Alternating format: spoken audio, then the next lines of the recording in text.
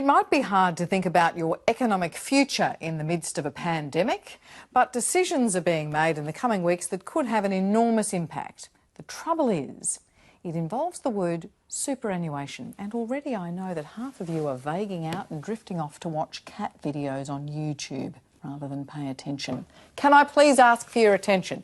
The issue is, how much should your employer put into your retirement account? Currently, the answer is 9.5% of your pay. The government promised to increase that to 12%. That would have meant an extra $1,630 in super per year for the average Australian worker. But a review of Australia's retirement income system backs the view that increases in the compulsory super rate ends up costing workers in lower wage growth. Give with one hand the super, take away with the other the wages. Wake up.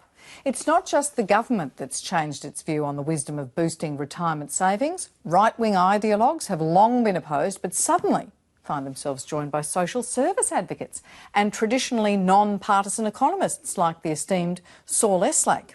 Long a proponent for compulsory super and lots of it, Mr Eslake has changed his mind. What changed my mind was a report authored by Brendan Coates of the Grattan Institute, which made what seemed to me the important point that the current rate of about 9.25% was sufficient to guarantee people who contributed to super over the course of their working lives a pension in retirement equivalent to about 70% of what they'd earned while they were working. And to increase the contribution rate to 12.5%, Brendan Coates and his colleagues at the Grattan Institute argue, could end up in a perverse situation where people earned more in retirement than they were when they were working. And you have to ask yourself, what's the point of doing that? Especially given that it would be incorporating a subsidy from other taxpayers. It was becoming increasingly clear that compulsory superannuation contributions were occurring at the expense of wages.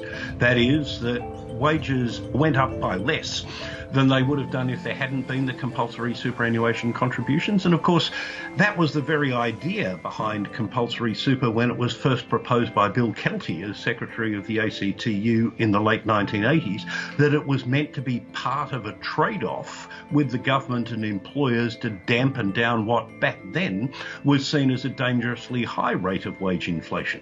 In recent years, of course, the problem we've had in Australia is the reverse, that wages have grown at a pace that even the Governor of the Reserve Bank has said is undesirably low. One of the weaknesses in our system of compulsory superannuation is that it doesn't deliver for women.